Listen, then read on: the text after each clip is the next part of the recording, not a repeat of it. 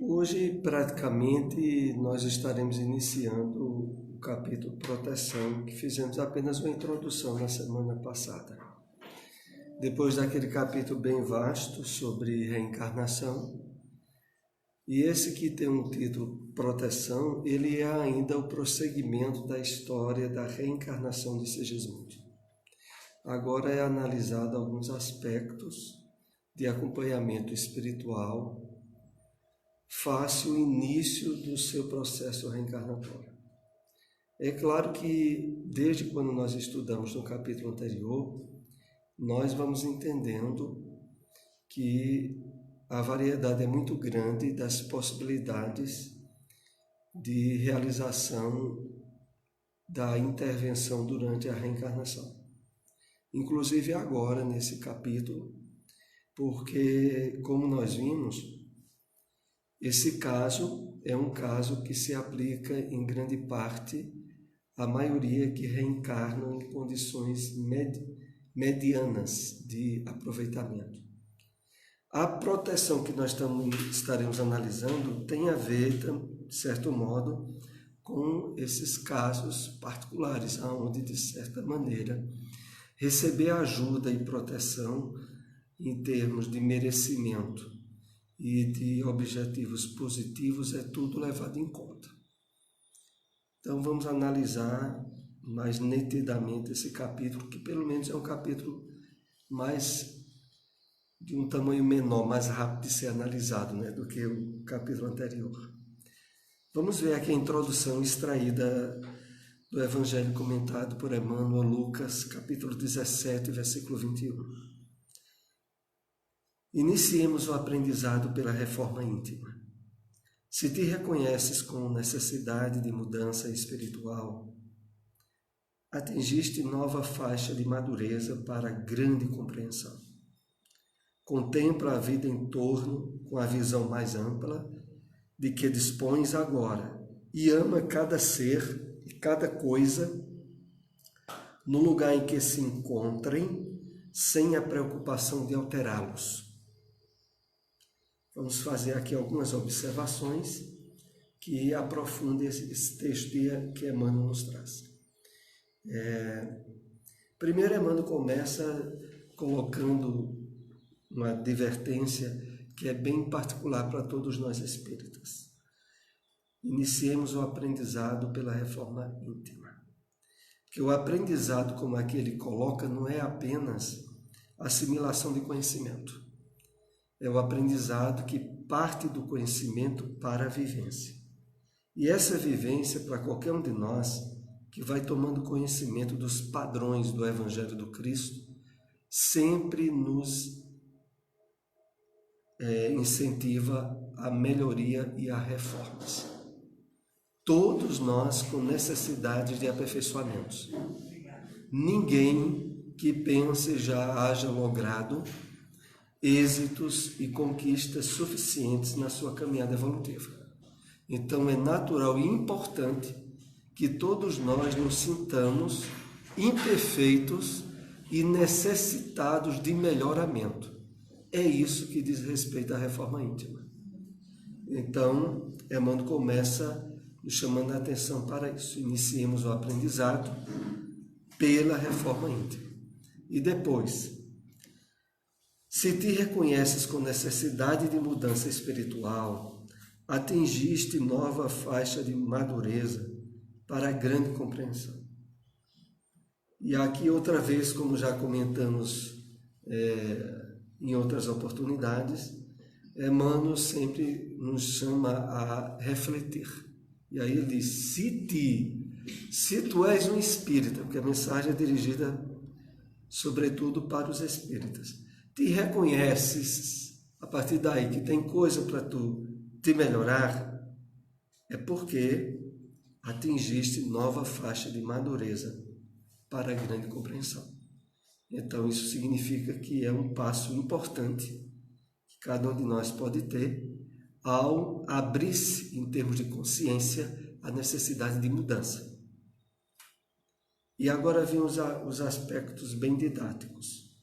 Contempla a vida em torno com a visão mais ampla, ou seja, Começa pela mudança da tua maneira antes habitual de ver o mundo, as coisas e as pessoas. Diante do que tu agora tens, pela madureza espiritual adquirida, tens que estar vendo o mundo, as situações e as pessoas de uma forma diferente. E como é essa forma? Ama cada ser e cada coisa no lugar em que se encontrem, sem a preocupação de alterá-los. É porque assim, todo direcionamento positivo e pedagógico para a nossa melhora íntima ou para a nossa reforma pessoal é o seguinte: não analise nem critique ninguém, nem os outros. Toda vez que você se sente chamado a condenar ou a criticar o comportamento de outro, aproveite para se autoconhecer. Aproveite para ver em que você pode ser melhor.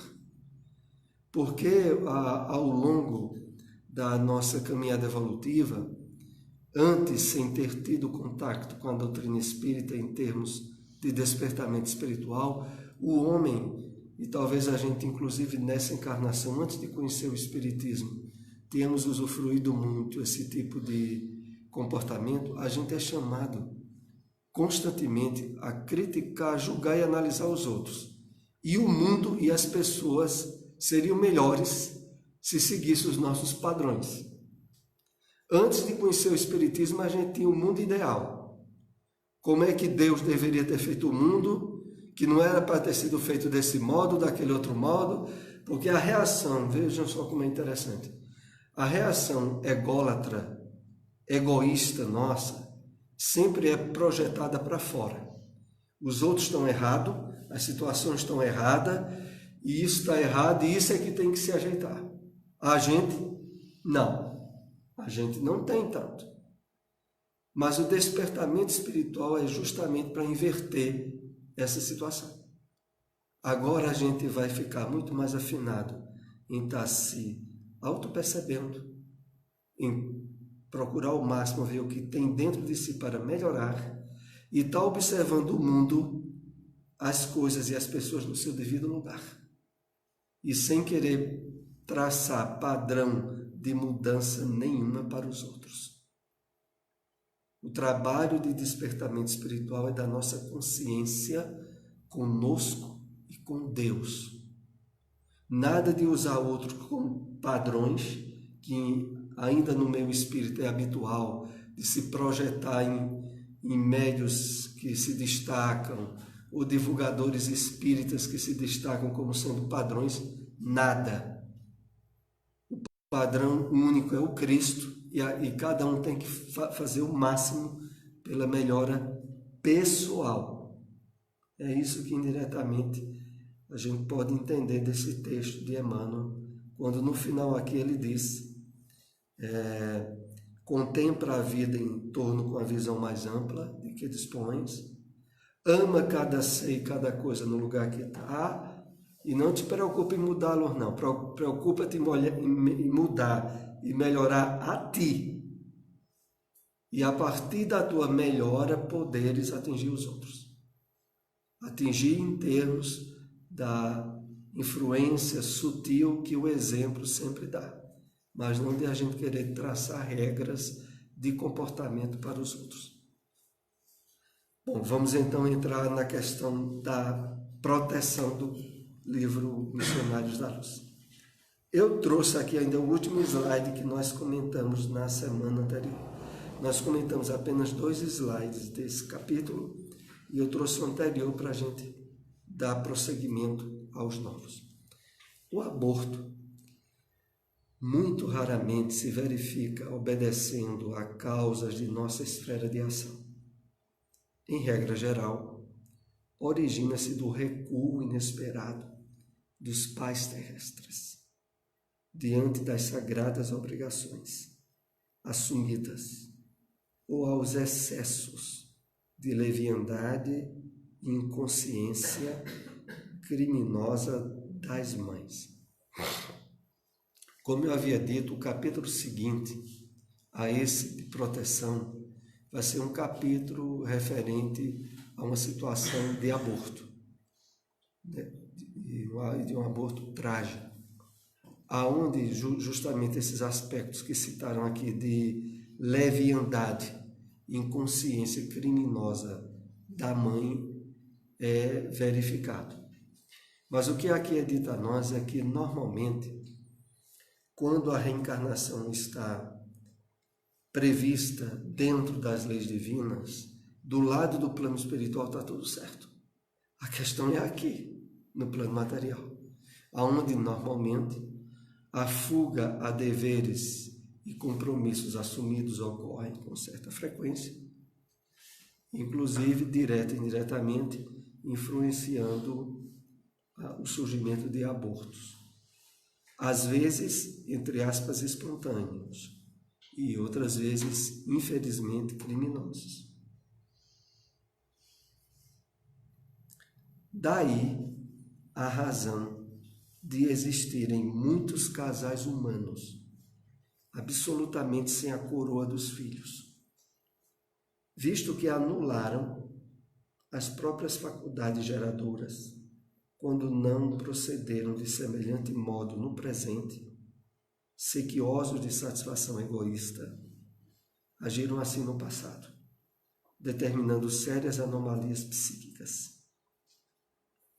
Então, aqui nós somos chamados a analisar que por trás de muitos fatores geradores da impossibilidade da gestação de filhos em casais tem a ver com a responsabilidade referente a filhos no presente ou no passado. Isso de tal maneira colocado ao nosso entendimento, inclusive de uma forma bem ampla, quando cita o seguinte: determinando sérias anomalias psíquicas. É porque muitas vezes, em certos casais, não há razão orgânica nenhuma para não gerarem filhos. E, no entanto, não surgem os filhos, por mais que o casal queira.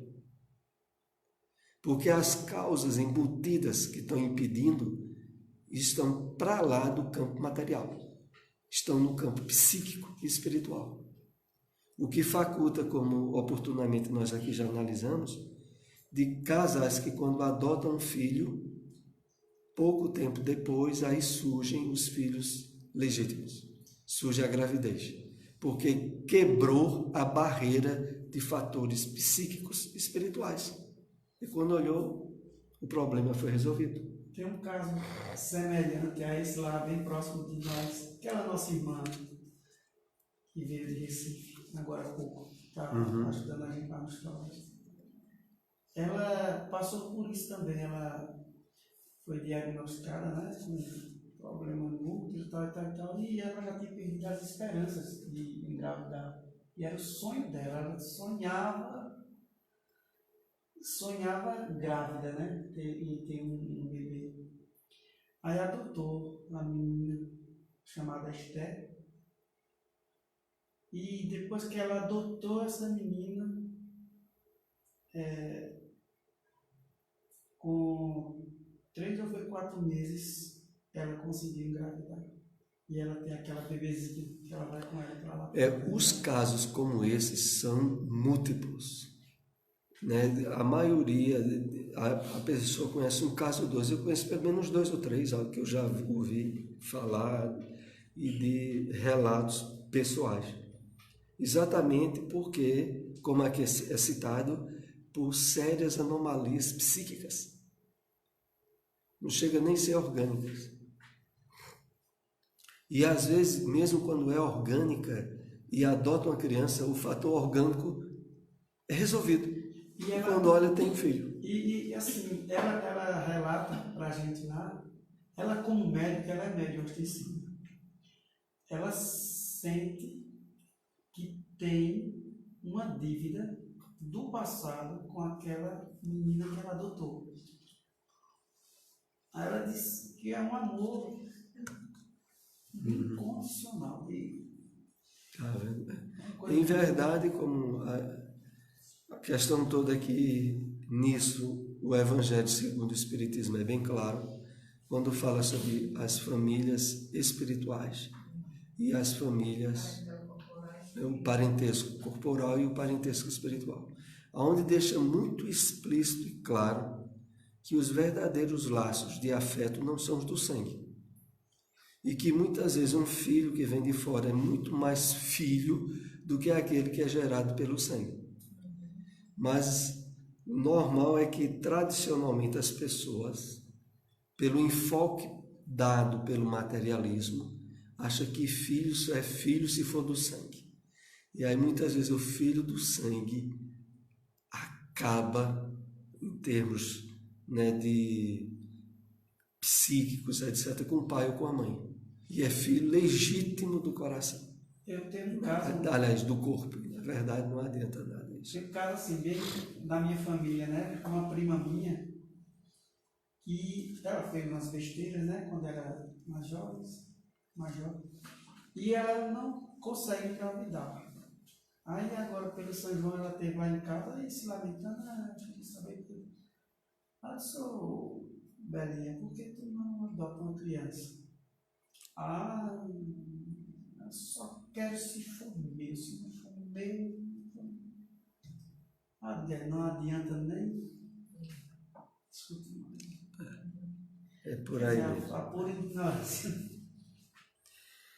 No lar, na via pública, no trabalho, nas diversões, cada criatura recebe o alimento mental que lhe é trazido por aqueles com quem convive, temperado com o magnetismo pessoal de cada um. Dessa alimentação dependem os estados íntimos de felicidade ou desgosto, de prazer ou sofrimento.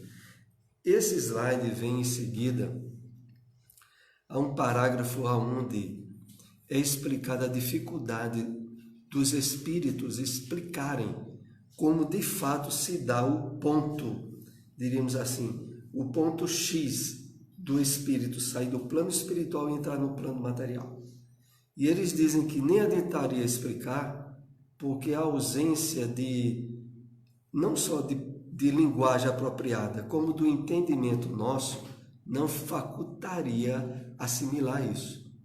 E aí, em seguida, eles comentam esse fato de que nós nos alimentamos de uma forma real, em termos energéticos e vibratórios, com as pessoas as quais convivemos mais no dia a dia. É por isso que me parece que oportunamente a gente comentou aqui que, por exemplo, alguém, se tiver um parente depressivo, que conviva com ele diariamente, essa pessoa tem que procurar ajuda, porque é muito fácil ela também entrar para um campo de depressão. E indiretamente está associado a esse texto. É que a gente se alimenta psiquicamente com as pessoas com as quais a gente convive mais aproximadamente ou por mais tempo.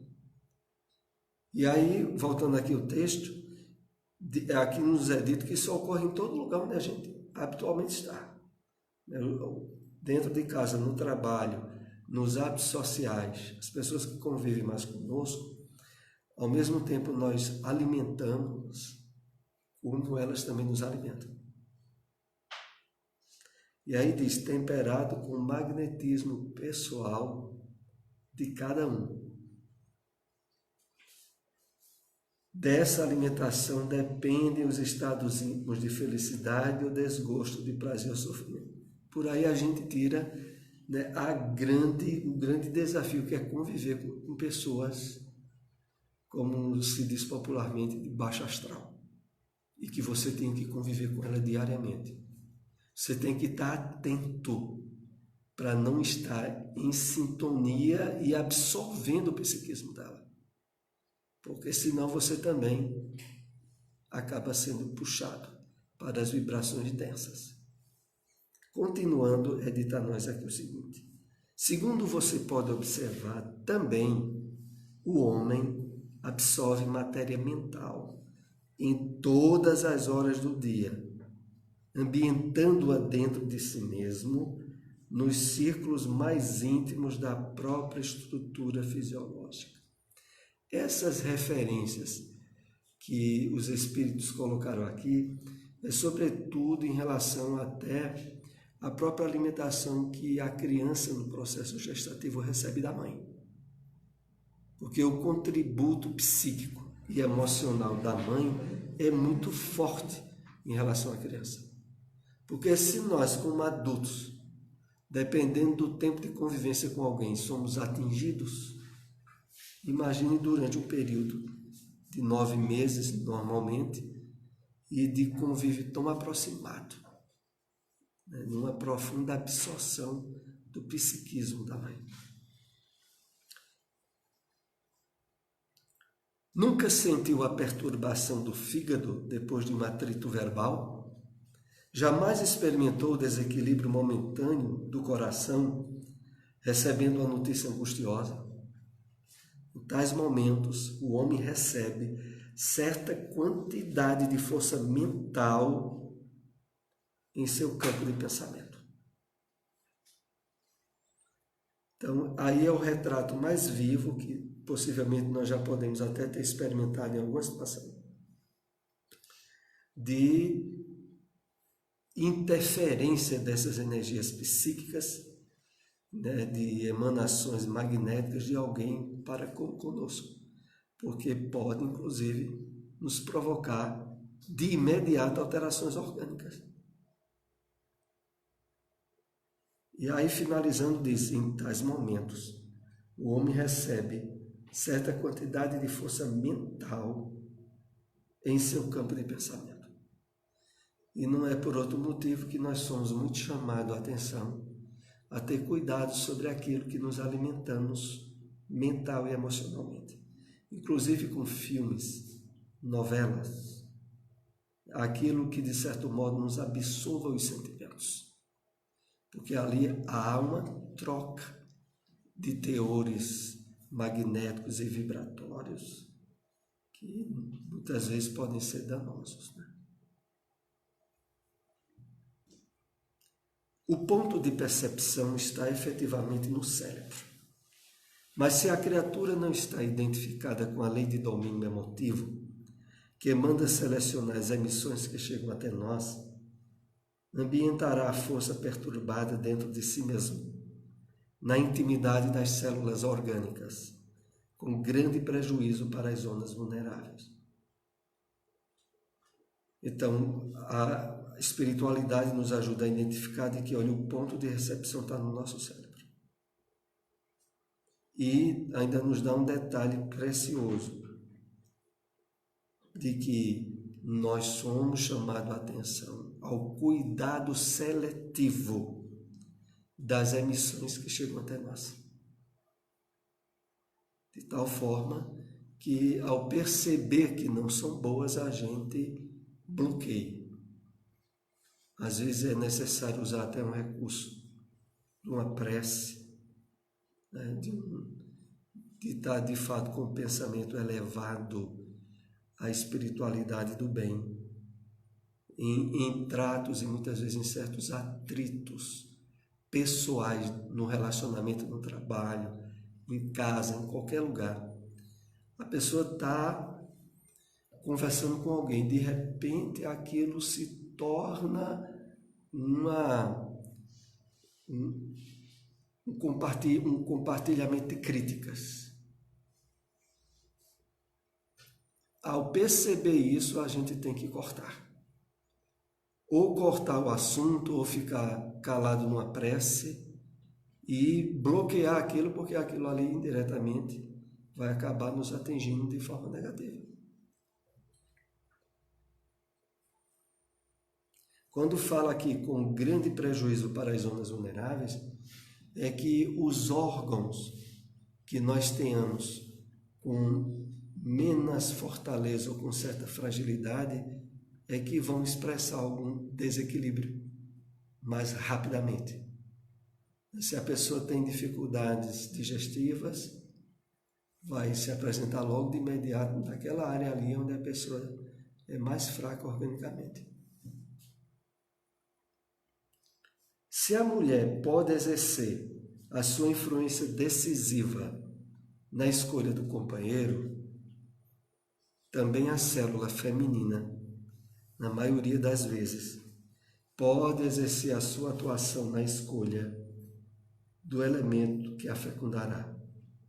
Claro que nos referimos aqui a problema de ciência física, sem alusão aos problemas espirituais, das tarefas, missões ou provas necessárias. Então, aqui outra vez retomado a nossa atenção para o caso da gestação de Segismundo. Porque aquele fator determinante na escolha que foi analisando aqui do espermatozoide por parte de Alexandre tinha a ver com esse quadro que aqui é feito de exceções dentro de questões espirituais, missões ou provas necessárias. Mas que, de forma geral, o óvulo da mãe normalmente é que vai efetuar o fator magnético mais determinante de qual espermatozoide aquele óvulo seria fecundado. Iria fecundar. Exceção, esse é o padrão geral em termos físicos, exceção para as intervenções dos espíritos referente a isso. Porque nas obrigações determinadas de certos espíritos na reencarnação, as autoridades de nossa esfera de luta, dentro de certos limites, ajustando-lhe as disposições a caminhos de objetivos especiais. Aqui é detalhado essa situação de interferência espiritual, aonde em obrigações determinadas de certos espíritos, as autoridades de nossa esfera, os espíritos benfeitores, dentro de certos limites, ajustam-lhe as disposições a caminho de objetivos especiais.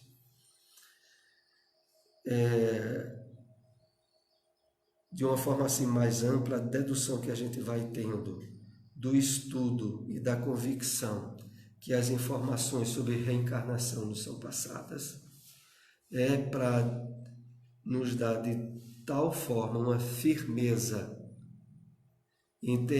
tanto em termos de determinismo divino, como também de segurança e confiança em termos humanos. Porque a reencarnação de maneira nenhuma ocorre por acaso, e aqueles espíritos que já merecem de alguma forma ter uma reencarnação mais cuidada, eles são objetos de atenção por parte da espiritualidade.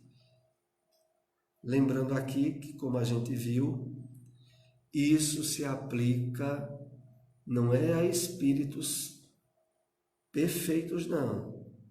A espíritos em condições medianas de evolução como nós. A grande maioria das pessoas, independente de serem espíritas ou não, mas que já tem em termos de maturidade espiritual, uma identificação com o bem, com o equilíbrio, com ser elemento positivo na sociedade, já é alguém normalmente coparticipativo da sua experiência encarnatória. Aonde as situações de provas ou de certas facilidades mesmo, ele foi corresponsável no que está vivenciando agora, na sua atual reencarnação. Reparei que o trabalho dos técnicos espirituais eram em tudo semelhantes aos serviços que acompanhara na sessão de materialização de desencarnados. Tomava-se concurso do interessado, valia-se da cooperação de Raquel, que no caso tomava a função de médium da vida. Então, nessa parte do livro é analisado a semelhança comparativa que existe entre o processo reencarnatório e um trabalho mediúnico numa reunião espírita, aonde o processo de reencarnação se assemelha muito tanto à materialização de um espírito, como durante um trabalho de psicofonia. O médium ali serve, pelo menos temporariamente, de útero mediúnico para reequilíbrio daquele espírito, fazendo um trabalho que muitas vezes torna-se indispensável para que o espírito se reequilibre mais rapidamente no plano espiritual. Ainda continua aqui. Mobilizam-se amigos, utiliza-se de recursos magnéticos. Era o que estava vendo lá com Segismundo. Se mobilizaram amigos, estavam aplicando recursos magnéticos até inclusive durante o processo gestativo, semelhante ao que ocorre numa reunião mediúnica. Na reunião mediúnica mobiliza essas pessoas. Tem aqueles que aplicam passes, né? E continua dizendo, requisita-se o auxílio direto e positivo de Adelino, o futuro pai de Segismundo, como se requeria na sessão o concurso do orientador mediúnico sobre as forças passivas da intermediária. O símile era completo. Então, Alexandre completa aqui dizendo que a semelhança era completa entre o processo reencarnatório e o trabalho realizado na reunião mediúnica. É por isso que, de certo modo, as atividades mediúnicas nas instituições espíritas se apresenta como uma continuidade indispensável ao próprio trabalho do Consolador, que o Espiritismo, como nós aprendemos, é um Consolador prometido por Jesus. E no seu aspecto de amparo e de consolo, alcança tanto a humanidade encarnada quanto a humanidade desencarnada. E essa humanidade desencarnada, muitas vezes, como ocorre inclusive conosco, só resolve questões graves que estava tendo no contato com a casa espírita. É esse contato nosso que a princípio se dá pelo conhecimento do Espiritismo. E no plano espiritual, que muitas vezes para ser eficaz precisa da reunião mediúnica. Face o desequilíbrio que alguns espíritos apresentam no plano espiritual. Aqui no final, quando fala o auxílio direto e positivo de Adelino, futuro pai de Segismundo, como se requeria na sessão o concurso do orientador mediúnico, que é o doutrinador, que vai conversar com o médium, que no caso era o papel de Raquel.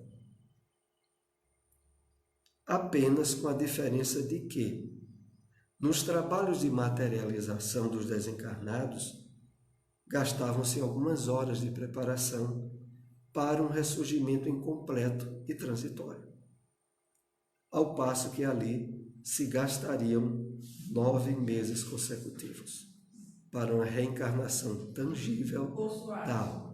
Pois não? Uma mulher estuprada, certo? Aí ela engravida. Se ela tem que estar equilibrada, igualmente, como você acabou de ler, como se tivesse sido uma reencarnação, uma reunião mediúnica, e como é que fica? Como é que o psíquico fica nessa história aí? No caso de uma mulher que é estuprada. Pronto, ela engravidou, ela não quer aquela criança. Com certeza ela deve ter sido preparada para aquela gravidez, lógico. Mas aí ela não tem consciência disso, eu acho que ela entra em desespero. E como é que fica essa comunicação entre as emoções da mãe com o feto, com a criança? Certo. Muito bem. Vamos tentar analisar dos dois pontos de vista, o humano e o espiritual. Do ponto de vista humano, é uma situação dolorosíssima, provacional, que não ocorre por acaso e que, segundo as leis, pelo menos ainda as leis no Brasil, dizem que o feto que está em processo gestativo é uma pessoa e a mãe é outra. a princípio, isso é uma realidade, que não elimina a carga de dor e de sofrimento. Do ponto de vista espiritual, a gente sabe que as leis de Deus não têm exceção para a reencarnação ou para a desencarnação. A desencarnação, a única exceção é o suicídio, que está fora dos padrões das leis divinas. Mas ninguém desencarna fora do dia ou da circunstância a qual ele deveria desencarnar. Isso a gente sabe, como também ocorre para a reencarnação. A questão toda é que, por característica de um mundo materialista, aonde se procura muitas vezes o alívio imediato, mesmo que depois hajam dores e problemas maiores, faculta com que haja um certo estímulo para um aborto nessa situação, aonde, vejam, de certa maneira, há relatos em termos de psicologia de que mesmo nessa situação, mães que abortaram não se libertaram de certo nível de problemas psíquicos e emocionais face à ocorrência do aborto, mesmo no caso de um aborto por violência sexual. Então, de imediato, é muito fácil ter gente de dizer, tem todo o direito de abortar. Agora quem depois vai ter que conviver com a situação é quem fez o aborto. A sugestão que normalmente ocorre como padrão em termos de doutrina espírita é: tenha o filho, se não puder ou não tiver condições emocionais de continuar com ele como filho, entregue para uma adoção. Isso, no mínimo, evita inúmeros padrões de sofrimentos psíquicos posteriores. Não é nada agradável, porque, na verdade, diante de uma provação difícil, não há solução agradável. A provação é difícil, a questão é evitar que fique pior ainda. Porque não poucas vezes a gente pode estar de frente a um teste, que não teria que ser exatamente esse, aonde, olha, você vai sofrer. Não tem como não sofrer. Mas se você for se aperrear e se atormentar, vai ser pior. E aí, essa é a questão, sabe? Mas que realmente, assim, em termos espirituais, o conhecimento do espiritismo ajuda em tudo, inclusive nesse tipo de situação, que faz com que a pessoa tome a decisão mais ajuizada. Há um caso que eu vi há um tempo atrás contado numa palestra de Décio Iandoli, eu não sei o título da palestra, que ele contava de um casal que é amigo de Décio, que eram médicos, e que a esposa foi vítima de um assédio sexual, de um estupro, e engravidou. E todos os amigos que eram médicos diziam que tinha que fazer era abortar. Mas a mãe não aceitou abortar. E teve o filho. E Décio disse que esse filho, hoje em dia já é médico, se tornou um dos maiores benfeitores da mãe. E foi um filho que nasceu de uma situação dessa. Porque tem muita gente que, quando vê assim, acha que vai ser um criminoso. Veja que situação.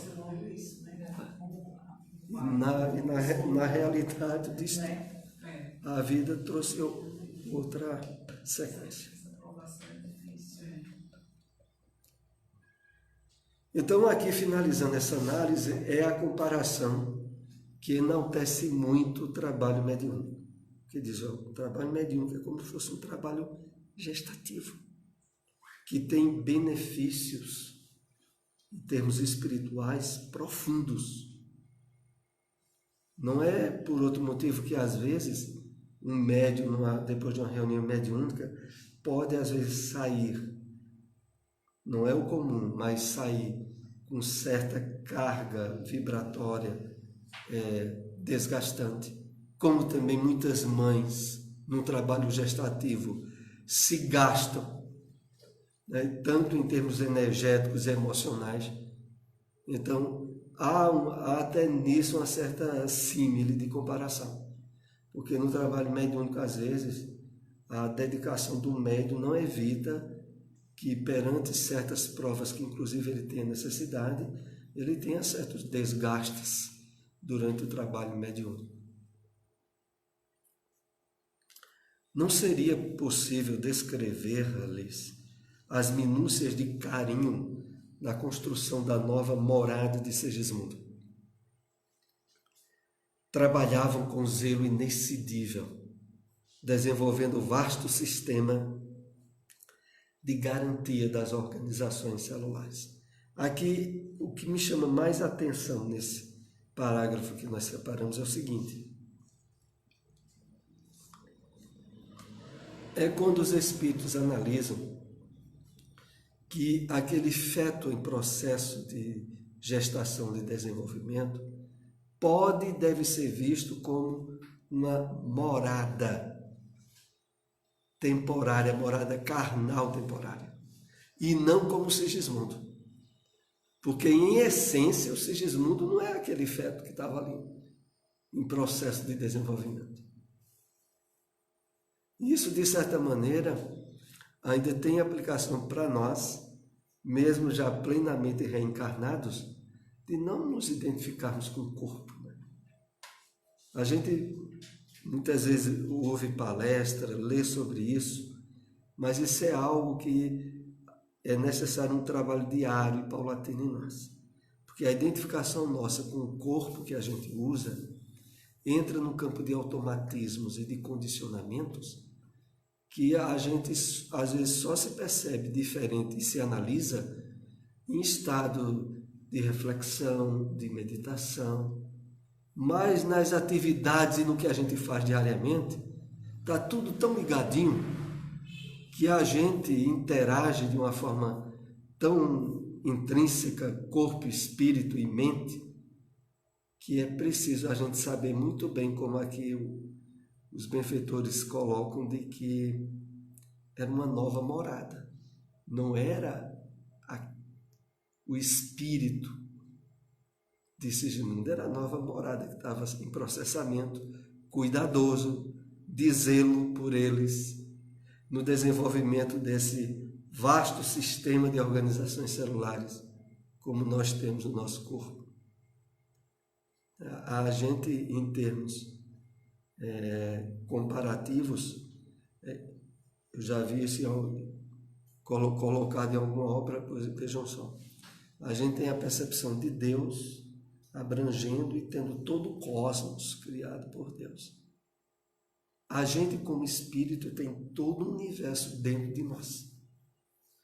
Os sistemas solares e galácticos se compara muito com as estruturas orgânicas que tem dentro do nosso corpo, na qual a gente seria um semideus, um Deus menor, que, dependendo de como a gente se conduz, a gente está matando ou fazendo vivenciar células, está curando, tratando.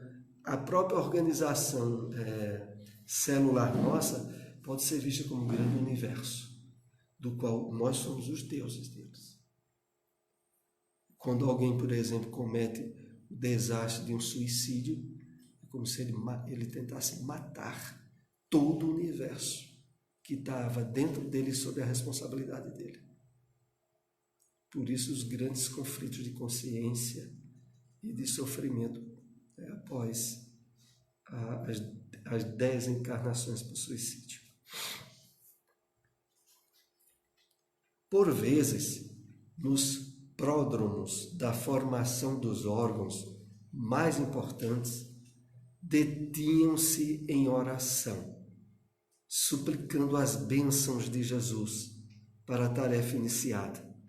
E observei que sempre que isso acontecia, brilhantes luzes procedentes do alto derramavam-se através da câmara, incentivando-lhes a ação. Vejo o surpreendente que eu percebo nisso, e por isso separei essa passagem, quando fala aqui sobre nos pródromos, nas tarefas iniciais, da formação dos órgãos, o que é que ocorria?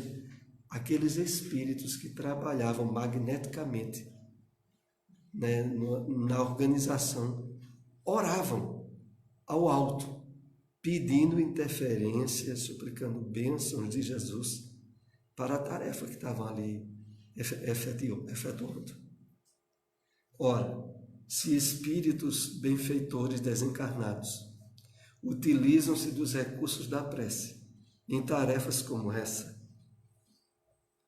quão mais nós não deveremos estar utilizando os recursos da prece, né, quando iniciamos determinadas tarefas no campo material.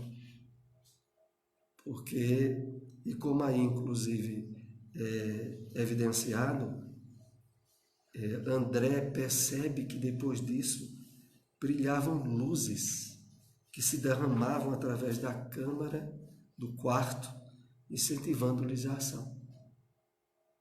Não havia uma evidência clara do resultado daquelas preces.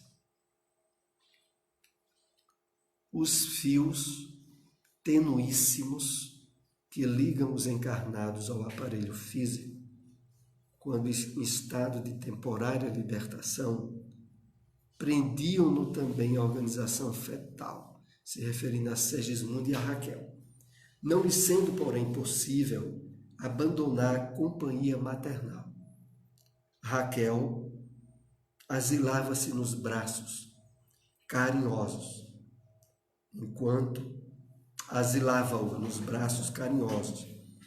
enquanto sorria ali conosco. O que é interessante nesse quadro que aí é descrito é toda a realidade que estava se passando no plano espiritual e que normalmente quando Raquel despertava, ela praticamente não guardava lembrança nenhuma.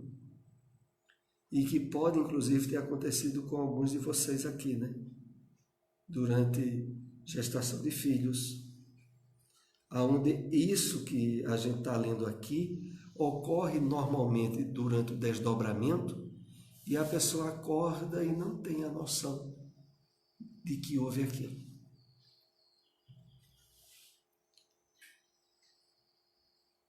E mesmo assim, um não se desligava do outro. Um não se desligava do outro, né? O Segismundo e Raquel.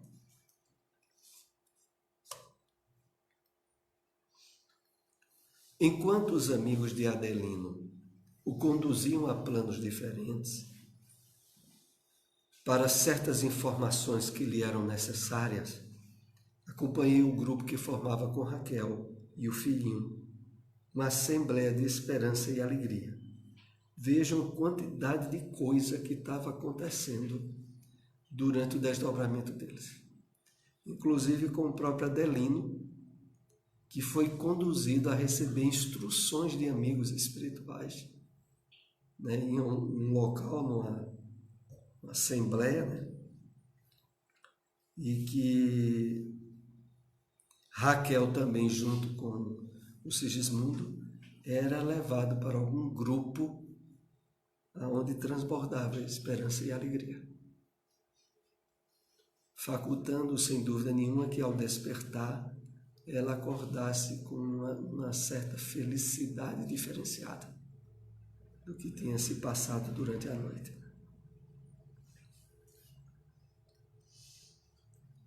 Em seguida, reparei que muitos amigos desencarnados ali presentes compunham tônicos e bálsamos reconfortadores com as emanações das plantas e das flores, derramando sobre Raquel e o filhinho, fortificando-os para a luta. Era belo comprovar-lhe o carinho fraternal. Então aí vai sendo descrito todo o cuidado e atenção que muitos amigos espirituais que o casal tinha e que Sigismundo tinham e que evidenciavam a felicidade deles com plantas e flores que traziam emanações felicitadoras. Vejam, a semelhança do que possivelmente muitas vezes ocorre no plano material com amigos de casais que, quando têm filhos, levam flores ou levam abraços carinhosos ao casal que teve um filho aqui na Terra. E lá no plano espiritual, os amigos de Cisne levavam para ele face a reencarnação dele. Aí a gente vê a dualidade de mundo físico e mundo espiritual como sendo cópias indiretas, sendo que a cópia da Terra é mais imperfeita. Vamos para aqui o último slide. Está pronto o serviço de reencarnação inicial. Trabalho completo, com a plena integração de nosso amigo nos elementos físicos, somente se verificará de agora a 7 anos. Então, do ponto de vista espírita, quando a mãe dá luz, a criança ainda não está totalmente reencarnada em termos espirituais. Isso vai ser ao longo dos próximos meses e anos, normalmente até os 7 anos. Há realmente, quando a gente vê isso, aquelas questões esotéricas com o número 7, 7 dias da semana, e 7 notas musicais que compõem toda a pauta, Há um bocado de coisa com 7, 7 anos de azar quando mata gato.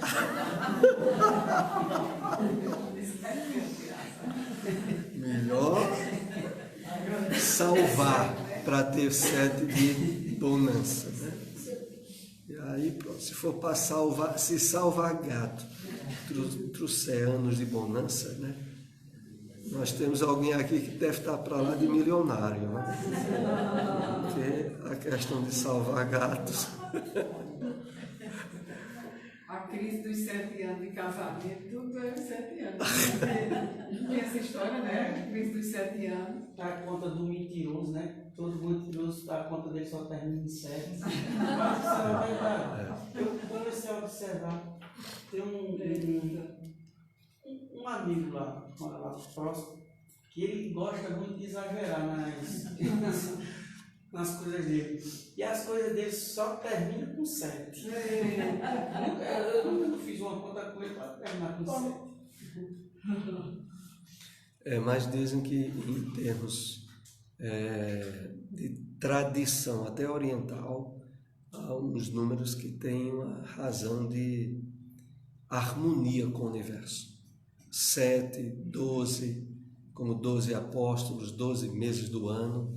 O número 12 também é tido como um número ligado à harmonia, ligado a alguns fatores. Bom, se ninguém tiver nenhuma pergunta, a gente encerra o estudo agora, onde iremos ter o passe, e na próxima semana já iniciaremos o capítulo novo, que será fracasso.